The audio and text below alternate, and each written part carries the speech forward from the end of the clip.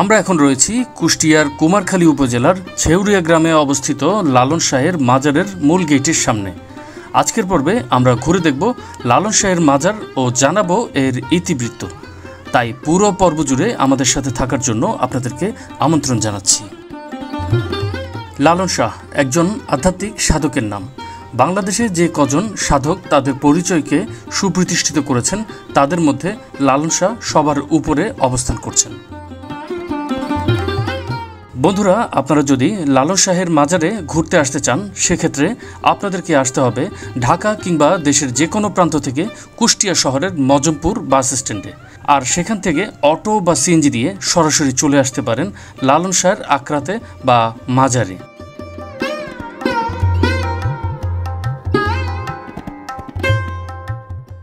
এখন যে স্থাপত্যটি দেখতে পাচ্ছেন এটাই হলো সেই লালন শাহ বা সাধকের মাজার। বন্ধুরা, এখন আমি যেখানে দাঁড়িয়ে আছি সেটি হলো কুষ্টিয়ার সেই বিখ্যাত লালন শাহের মাজারের সামনে।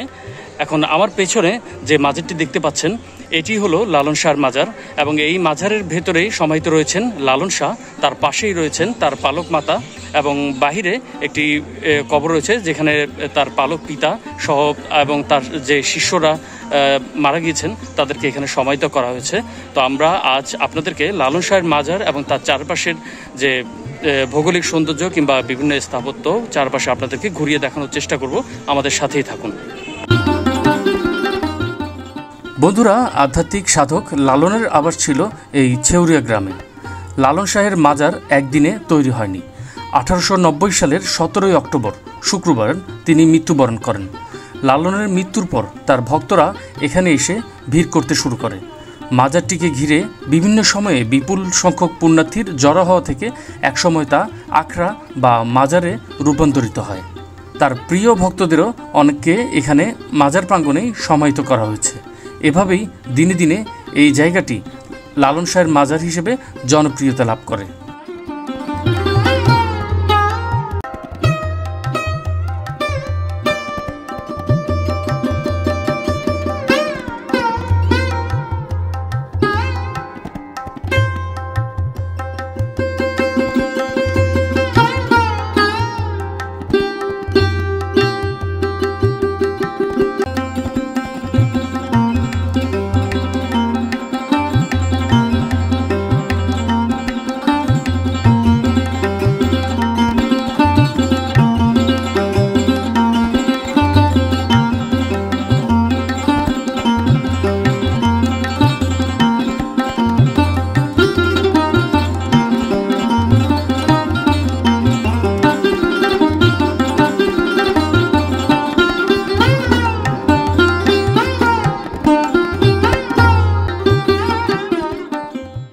বন্ধুরা, আপনারা শুনলে অবাক হবেন যে বর্তমান যে মাজারটি তা 1963 সালে এখানে নির্মিত হয়, এবং তৎকালীন পূর্ব পাকিস্তানের গভর্নর আব্দুল মোনায়েম খান তা উদ্বোধন করেছিলেন। 2004 সালে সেখানে একটি আধুনিক অডিটোরিয়াম একাডেমি ভবন নির্মাণ করা হয়, যেখানে সমাধি কমপ্লেক্স, লালনকে নিবেদিত একটি জাদুঘরও রয়েছে।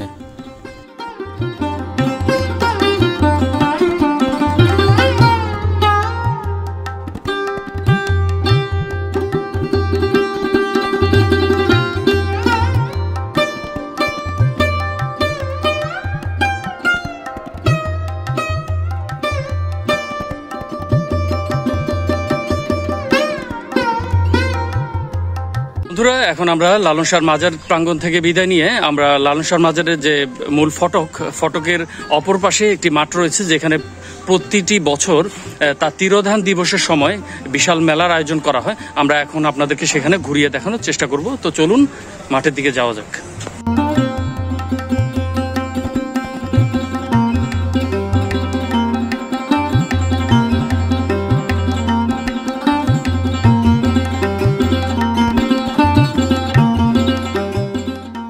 লালন শাহের মাজারের গেটের ঠিক বাহিরে দেখতে পাবেন কিছু দোকান, যেখানে সঙ্গীত সাধনার বাদ্যযন্ত্র আর রয়েছে কুষ্টিয়ার সেই বিখ্যাত তিলের খাজা ও ঘিয়ে ভাজা সম্পাপড়ি। চাইলে আপনারাও পরখ করে দেখতে পারেন।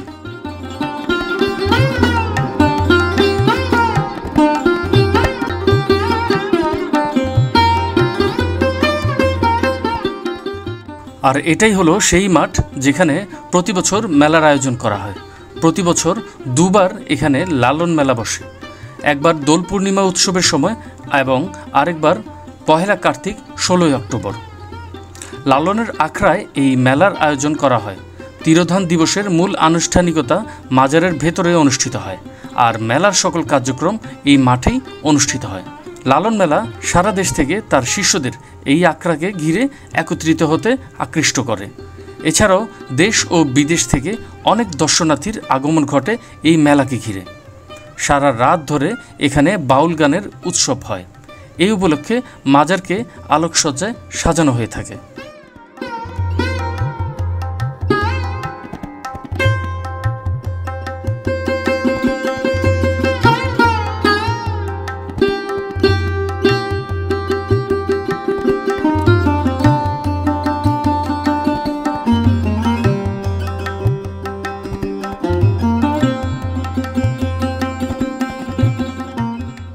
দেখতে দেখতে আমাদের লালন শাহের মাজার ও মেলা প্রাঙ্গণ ভ্রমণ শেষ।